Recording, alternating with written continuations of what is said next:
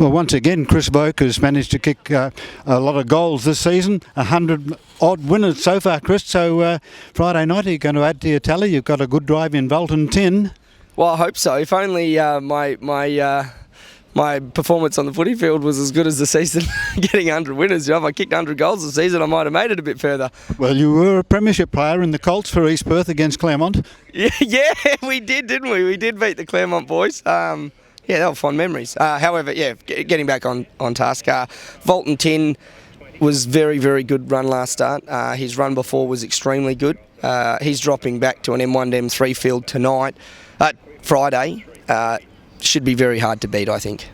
Yes, the trainer's done a great job, Phil, hasn't he? Why has he improved so much? Look, I mean, I got on the horse by chance to drive him. Morgan Woodley usually drove him, and unfortunately for Morgs, he drove I think $1.10 or $1.20 pop from barrier 1, and as you would drive it, and I got the second string drive on him, and yeah, he just performed like a superstar that night. I've been fortunate enough to keep the drive since. So I really don't, and to be honest, he hasn't ran a bad race since I've been driving him. So yeah, I don't. The only performances I'm used to is what he's currently been doing. So yeah, I don't know why he's improved, but maybe age, who knows. And he's drawn a bit wide, Chris. Where do you expect he's going to be in running? Well, it's 2,500 metres. He sat in the breeze in a free-for-all event last Friday, just gone, and went down, half a length. So I'd say he'd be comfortable in the breeze again. So yeah, we'll wait for him to settle, and he'll be put into the race and be driven positively. Later in the program, you're driving a good trotter. He's quite a big fellow, isn't he? That trotter you're driving, Bruce Stanley's horse. He is certainly.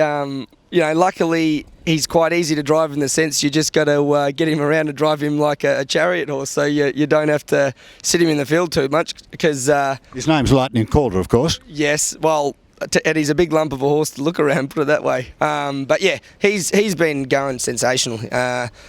Been off hard handicaps in the stands, 40, 50 metres. To Friday, he's only off 20, I think. Yes. I think he's one of the main players. Yeah, he loves the 2,500. I think the harder you drive him, the better he goes. And he can do a bit of work in the run. Absolutely, and he will be doing it Friday too.